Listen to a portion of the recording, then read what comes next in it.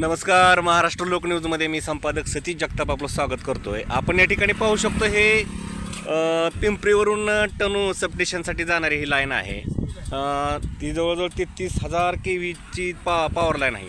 आणि या ठिकाणी राजपूत साहेब जे या ठिकाणचे तांत्रिक अधिकारी आहेत ते त्याचबरोबर वायरमन मोठ्या प्रमाणावर त्या ठिकाणी जीव धोक्यात घालून कामं करत आहेत.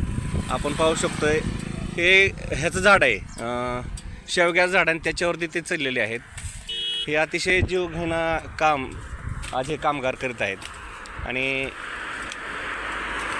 आज आपण पाहू शकतो की